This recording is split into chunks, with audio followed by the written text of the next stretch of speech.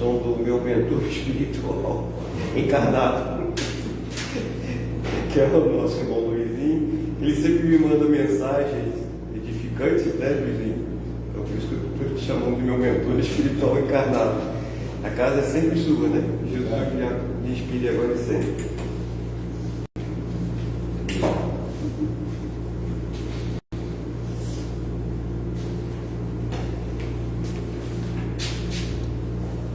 Boa noite a todos.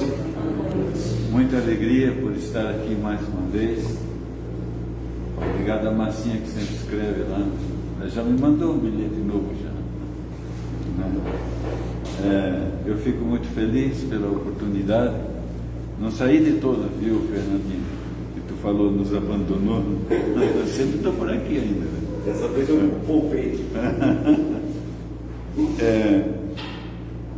Jesus, em sua caminhada, ele falava a nós. Eu digo a nós porque eu acho que a gente estava lá, né? Entre idas e vindas, sabe lá por quantas nós já passamos, né? Nem que fosse no jumentinho, né? Eu sempre penso assim, dessa forma. Dá um pouquinho. Fernando. Lá atrás não está dando para ouvir. Estou falando, mas a idade, né? A idade vai chegando, vai falando mais baixo. Vou botar um pouquinho.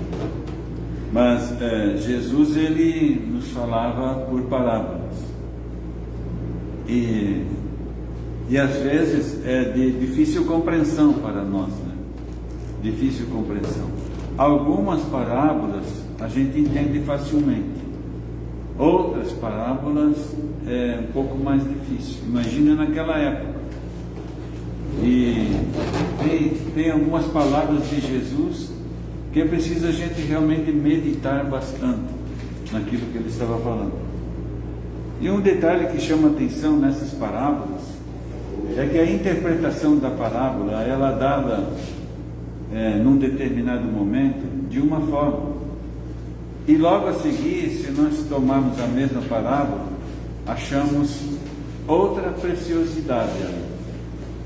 Eu estava sentado ali enquanto a nossa irmã fazia a leitura, e entre a leitura e a oração me veio uma frasezinha que é de Jesus, que diz assim: não dê pérolas aos porcos, não é? Poxa, não dá para entender isso, né? Se você pegar no sentido literal da frase, não dê pérola aos porcos. Mas a gente poderia fazer um bom estudo em cima dessa parábola de Jesus ali, desse ensinamento de Jesus. E com certeza um momento nós falaríamos tendo uma certa visão, mais tarde um pouquinho uma outra visão, e assim vai. Por isso é que eu gosto dessa parte dos evangelhos, porque tem muita coisa linda e a gente vai passar a vida estudando,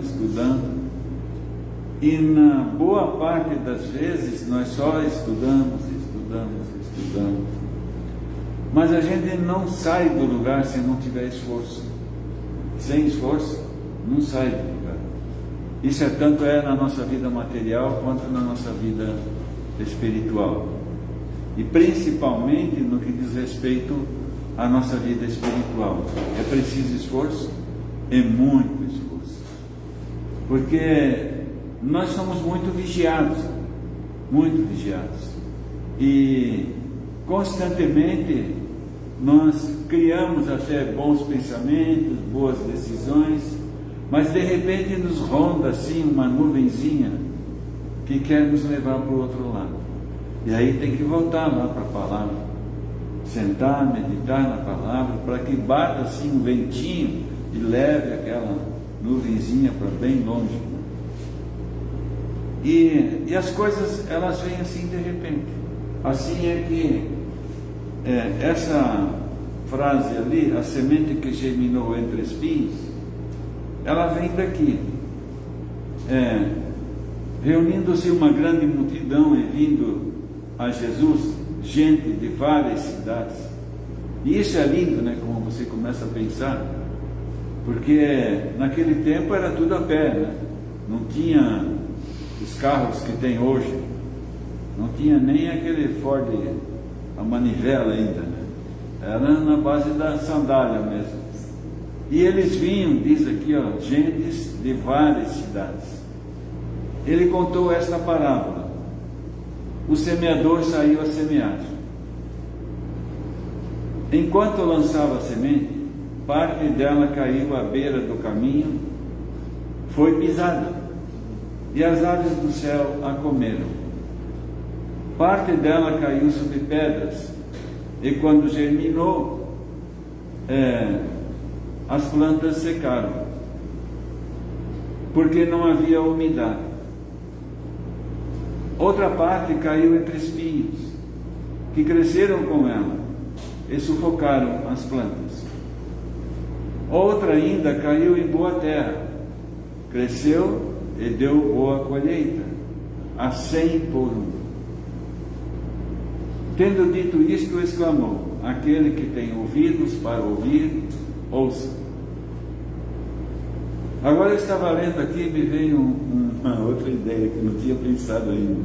Olha só: o semeador saiu a semear, enquanto lançava a semente, parte dela caiu à beira do caminho, foi pisada, e as aves do céu a comeram. Então, veja que ela significou alguma coisa ali. As aves do céu a comeram. Não foi totalmente inútil, né? Tá? Parte dela caiu sobre pedras, e quando germinou, as plantas secaram porque não havia umidade. Mas elas germinaram. E secaram por quê? Porque não havia umidade. Então dá para a gente refletir sobre isso, né? O que é essa umidade que ele está falando? Ele não está falando humildade, né? Está falando de umidade. Outra parte caiu entre espinhos, que cresceram com ela e sufocaram as plantas. Quando a gente olha que sufocaram as plantas, então parou por aí. Mas de alguma forma elas caíram entre espinhos, mas elas germinaram. Elas germinaram, mesmo entre espinhos. Elas não se perderam. Outra parte caiu entre espinhos, que cresceram com ela. Olha só.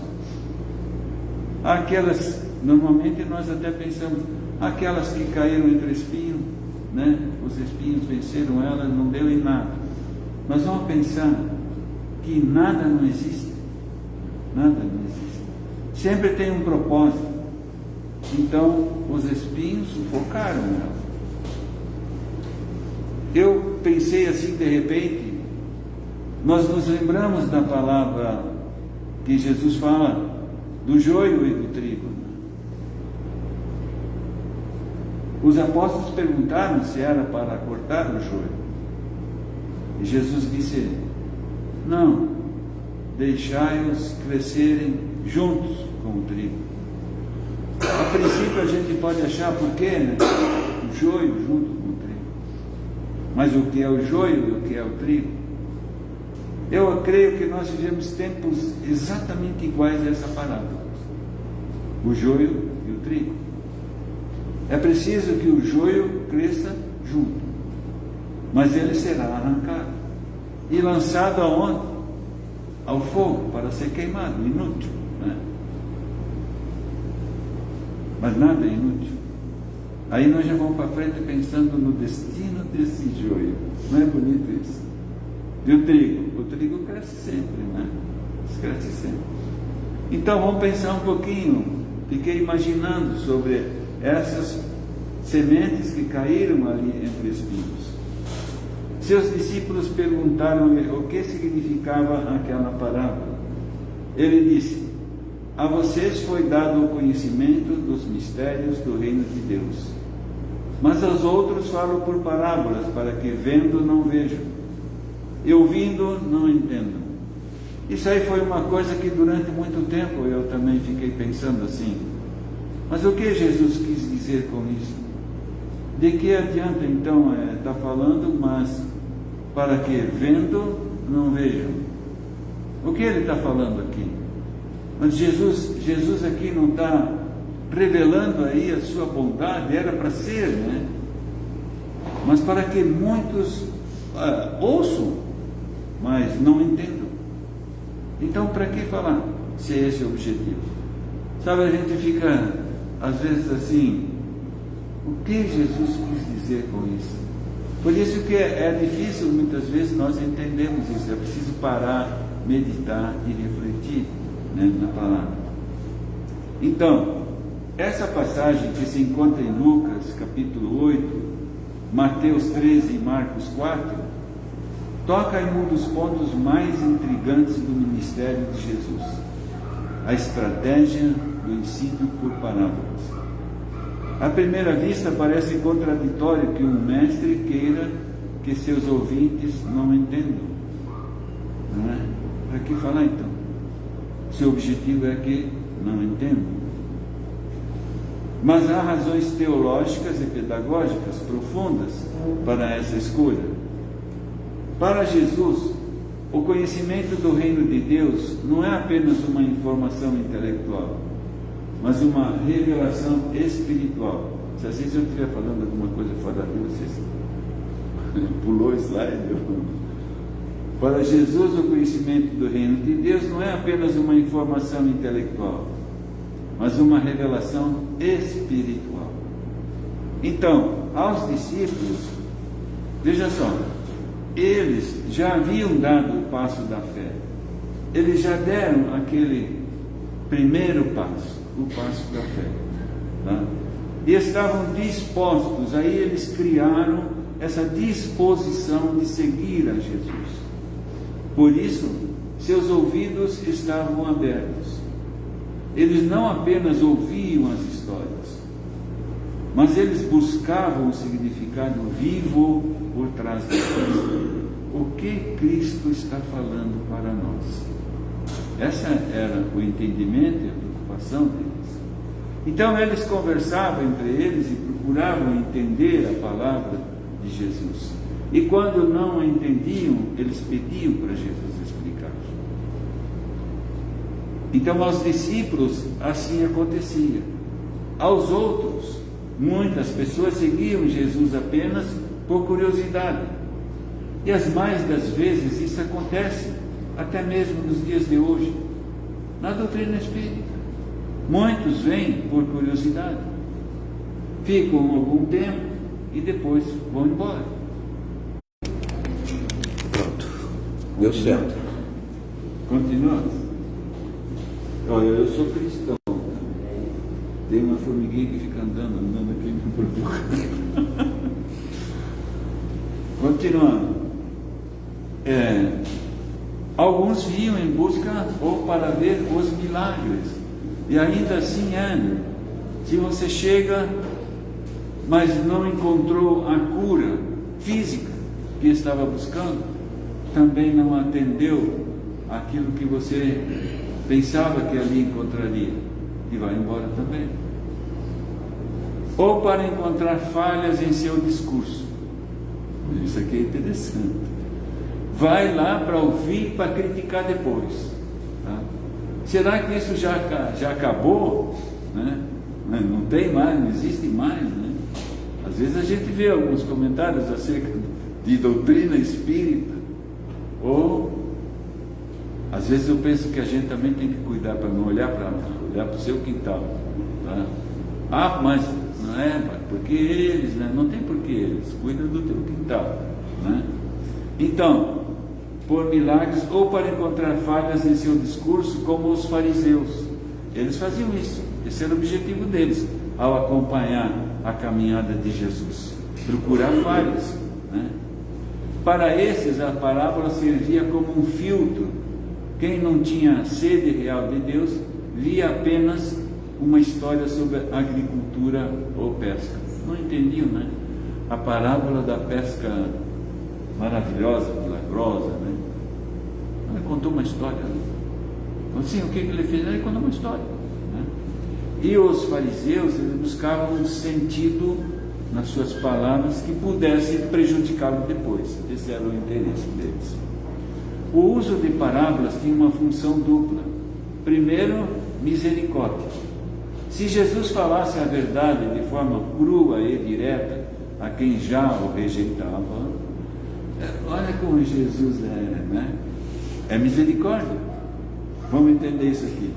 Se Jesus falasse a verdade de forma crua e direta a quem já o rejeitava, a responsabilidade e o julgamento dessas pessoas seria ainda pior. Conhece aquela parábola, aquela frase que a gente escuta muito aqui, né? Muito será pedido àquele que muito recebeu. Quer dizer, por um ato de misericórdia, porque eles fariam da mesma maneira, esse era o objetivo. Eles não entendiam e Jesus não tinha preocupação de lhes explicar a parábola. Porque o objetivo deles era o quê? Ceifar, né? A vida de Jesus. Então, era um ato de misericórdia, eles não entendiam mesmo. Tá?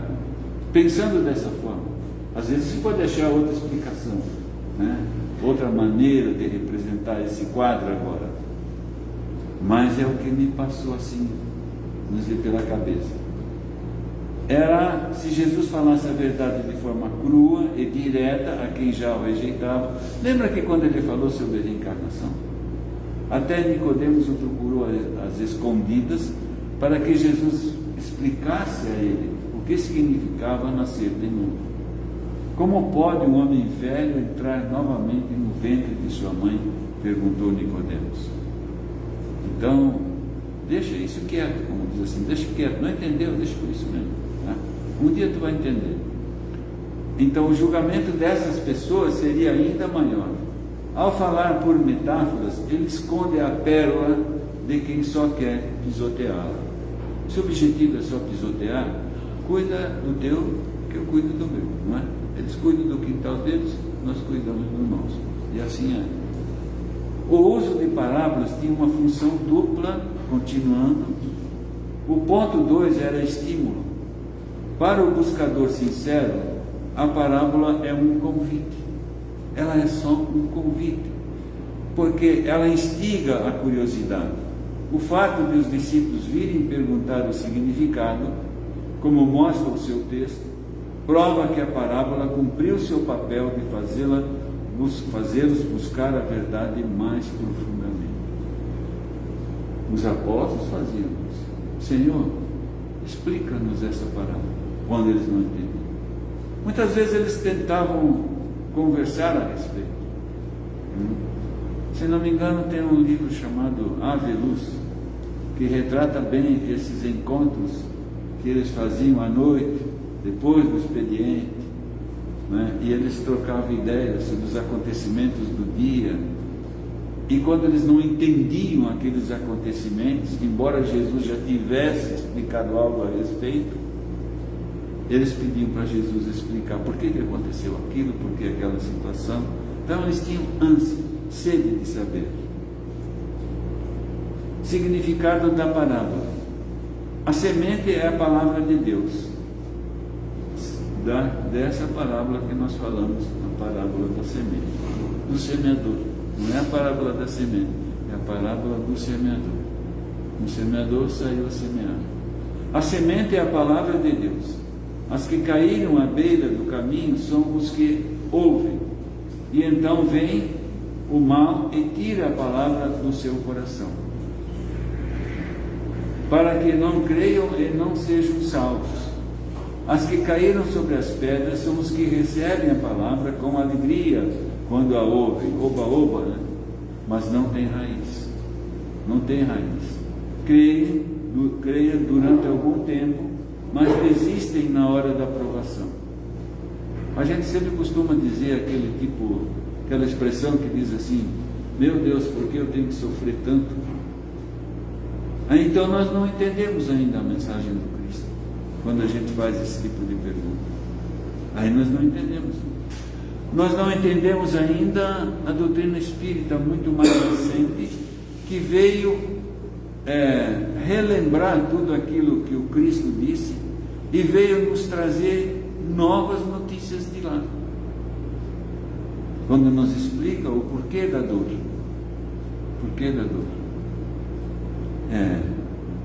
E aí nós falamos que, por que eu tenho que sofrer tanto? Jesus, tu ainda não entendeu isso? Né? Então, creem durante algum tempo, mas desistem na hora da provação. As que caíram entre espinhos são os que ouvem, mas ao seguirem seu caminho, são sufocados pelas preocupações, pelas riquezas e pelos prazeres desta vida e não amadurecem. Mas as que caíram em boa terra são os que, com o coração bom e generoso, ouvem a palavra, a retêm e dão fruto com perseverança. Está claro? Entendemos bem a parábola, a explicação da parábola? Podemos ir embora, né? Porque está tudo claro já. O que é essa semente que caiu entre os espinhos representa? Vamos pensar um pouco assim. Gostaria de lembrar aos irmãos que Deus não nos criou filhos e nenhum de seus filhos para a derrota. A semente, ela não foi criada para a derrota, né? Passaria por aquela situação, os espinhos a sufocariam e aí acabou tudo, morreu. Trazendo para a nossa vida como espíritos, Deus não cria nenhum ser para a derrota. Todos estamos destinados à vitória, mas o tempo em que a vitória ocorrerá não é o mesmo para cada um. Significa que mesmo estando entre espinhos, vamos falar do destino? O destino dessa semente é gerar uma planta e ela crescer. Sim, esse é. Vamos ver para frente? Mas o tempo então em que a vitória ocorrerá não é o mesmo para cada um. Lembra que nós estamos falando agora de espírito. Então eu vou contar para vocês a história de uma semente que germinou entre espinhos. Vamos lá? Vocês lembram que eu falei aqui, acho que foi na vez anterior, que foi sobre da luz, da vela, né? A vela que não alumiava. Aqui é a mesma coisa, tá? É a gente começar a pensar, e daí nascem essas historinhas bobas assim, tá? Vamos ver essa historinha que alguém falou. A semente que germinou entre espinhos. Em um campo árido e cheio de espinhos, uma pequena semente foi plantada. Apesar das adversidades, a semente germinou e começou a crescer, enfrentando os espinhos que a cercavam. Com o tempo, a semente se tornou uma árvore forte e frutífera, produzindo frutos suculentos e abrigos para os que precisavam. Então aqui a gente já vê agora uma outra situação. E quando isso acontece na nossa vida comum? Quando? Um campo árido e cheio de espinhos. A nossa vida, muitas vezes, ela é assim, árida e cheia de espinhos. Diariamente nós somos cutucados por alguma coisa que vem nos trazer tristeza ao coração, desânimo, né? Desconfiança, uma série de preocupações que nos acompanham. Mas por que nos acompanham essas preocupações? Fazer uma outra frasezinha que a gente escuta muito. Quanto mais eu rezo, mais assombração me aparece. Quer dizer, quanto mais eu rezo, mais dificuldade surge, né? Acho que, olha, esse negócio de servir a Deus não está dando certo. Mas a pergunta é: de que forma você está servindo a Deus? Você serve só para o seu bom proveito? Será assim? Porque parece que você está botando na balança alguma coisa aí, né? Servir a Deus. Esse servir a Deus parece que está sendo medido, pesado. Então, ali a árvore cresceu, ela lutou, ela se esforçou, ela estava entre espinhos, e a árvore cresceu e se tornou um refúgio para os viajantes. que se abrigavam em sua sombra para escapar do calor forte do sol. Seus frutos eram doces e nutritivos, alimentando não apenas os que viviam por perto, mas também os animais que vinham visitar. Gente, essa árvore somos nós. Somos nós. É isso que Deus espera de nós.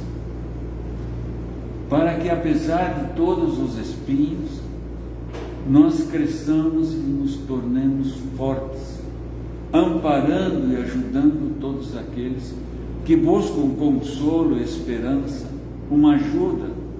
Fernando falou sobre cestas básicas. É uma maneira de ajudar, né? Uma maneira de ajudar. Mas existem tantas outras formas de ajudar também. E será que às vezes nós não nos esquivamos de ajudar? Será que muitas vezes nós não nos permitimos participar da contribuição de ajuda ao próximo?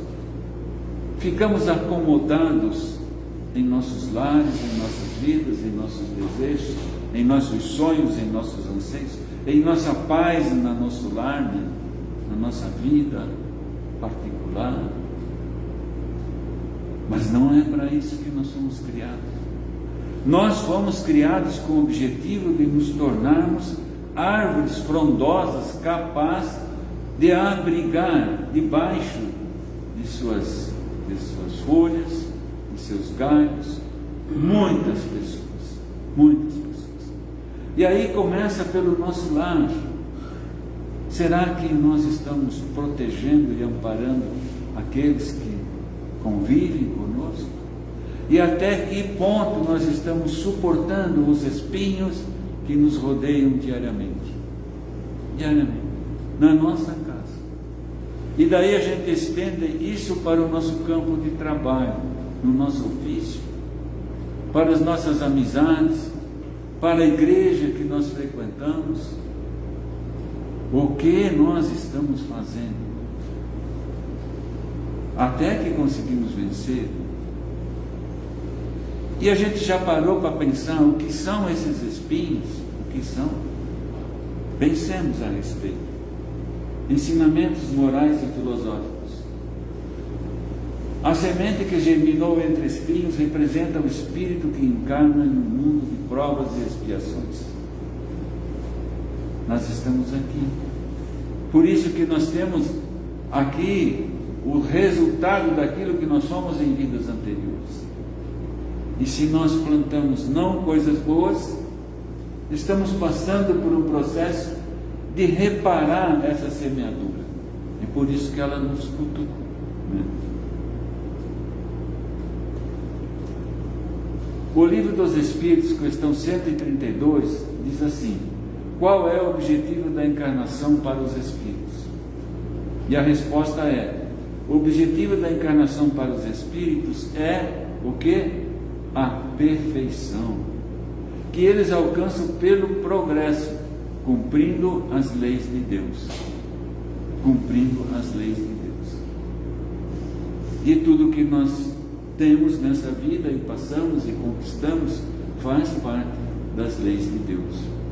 Os espinhos representam as dificuldades, os desafios que enfrentamos na vida, que são oportunidades para o espírito se depurar e se elevar.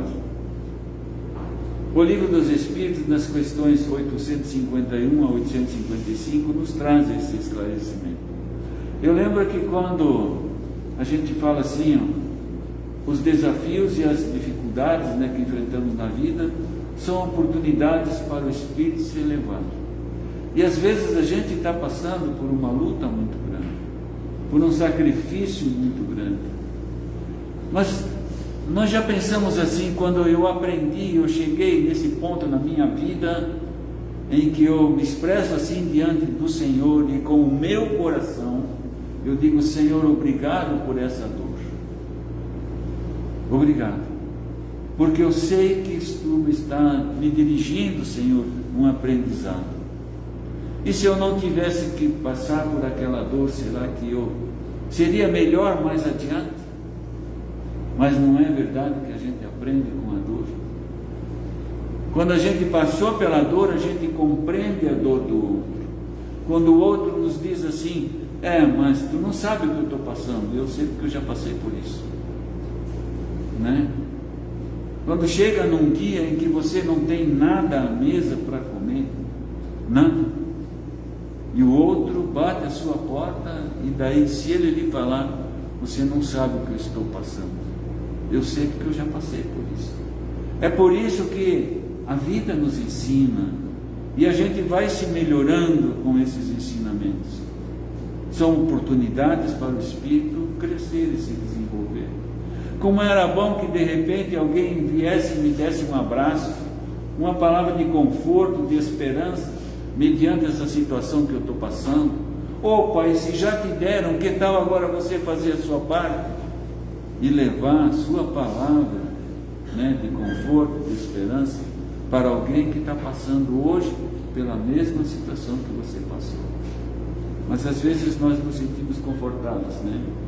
Por uma admirável lei da providência, tudo se encadeia, nada é em vão, tudo é solidário na natureza, tudo é solidário na natureza, nada é aquele tantinho ali não significou nada, não, tudo tem significado.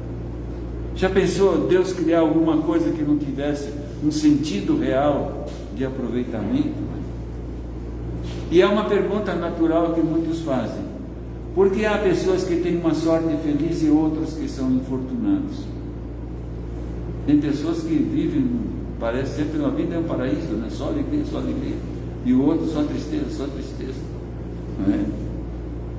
O estudo das obras básicas nos traz a revelação, e daí entendemos que os espíritos, em razão de sua imperfeição, estão sujeitos a sofrer as consequências de suas faltas. Os infortunados se suportam resignadamente a sua provação, como aquela semente que conseguiu furar, né, aquele emaranhado de espinhos, chegou à luz lá em cima, uma folhinha surgiu, uma folhinha, furou tudo isso e se tornando uma árvore grande. Então, os infortunados se suportam resignadamente suas provações, são recompensados em suas existências futuras. Vocês já viram que muitas vezes a gente está diante de uma pessoa assim, que só estar do lado dela parece que foi melhor do que tomar um passe. Tão bem a gente se sente, tão bem. Irradia luz, irradia bondade, irradia amor. E por outro lado, às vezes tem outras pessoas que nos fazem sentir o contrário, né? São as nossas conquistas espirituais. Quem somos nós? São recompensadas em suas existências futuras. E tantos exemplos nós temos, né? Resignação, passividade e derrota. A resignação é vista como uma forma de esquiva experiencial ou jogar a toalha. Pode vir acompanhada de um peso, amargura ou sensação de ser vítima das circunstâncias. Eu tenho que passar por isso, a vida é assim mesmo, Deus me fez assim, fazer o quê? Não é assim. Ser resignado não é isso. A aceitação ativa é não concordar com a situação, mas sim parar de negar a realidade para poder agir sobre o que resta. O que tem à minha volta que eu posso fazer? É ter uma postura ativa e engajada. Você aceita o que não pode mudar. O passado você não tem como mudar. As emoções, as ações de terceiros, para focar toda a sua energia no que está sob o seu controle. O que eu posso mudar? O que eu posso fazer? O que eu posso contribuir? E aí ali você foca toda a sua energia. Quando você reflete, a situação atual é esta, e ela dói. Dado que isso é verdade, o que eu posso fazer agora para viver da melhor forma possível? Você é livre para planejar o próximo passo em direção aos seus valores. Neste ponto, recomenda-se a leitura do Evangelho segundo o Espiritismo, capítulo 5, Bem-aventurados os aflitos, É a melhor parte do Evangelho. Não é, Fernando? Não sei.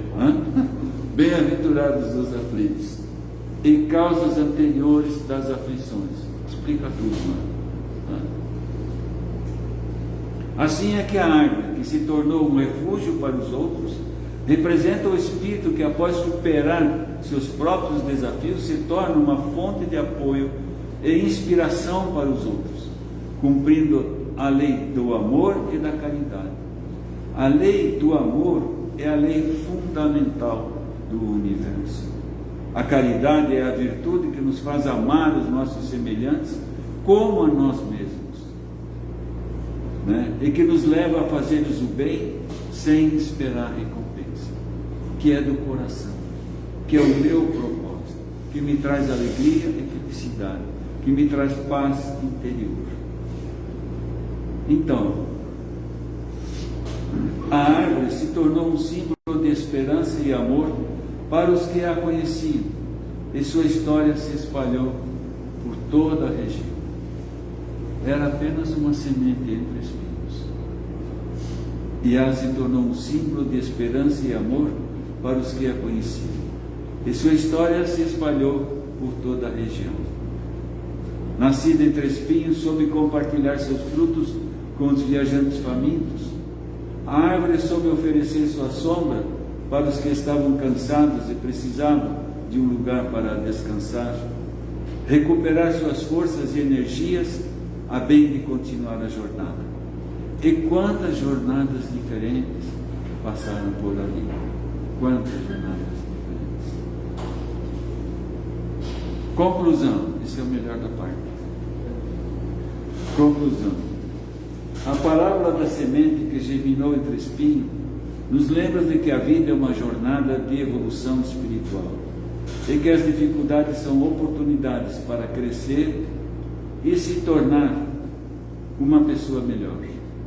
E quando compartilhamos nossos frutos com os outros, podemos fazer uma grande diferença em suas vidas, contribuindo para a construção do reino de Deus.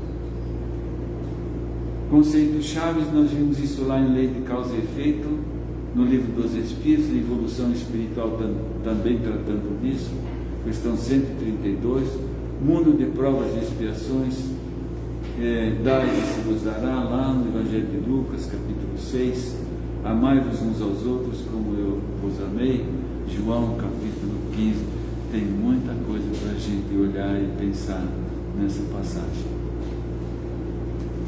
Agradeço a atenção de todos e um bom final de semana, em nome de Jesus. Que assim seja.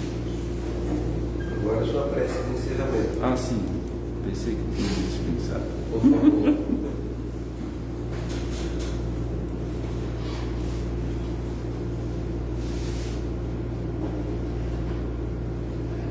Então, elevemos o nosso pensamento a Jesus, nosso Mestre, e vamos agradecer por essa oportunidade que o Senhor nos concedeu de estarmos assim reunidos.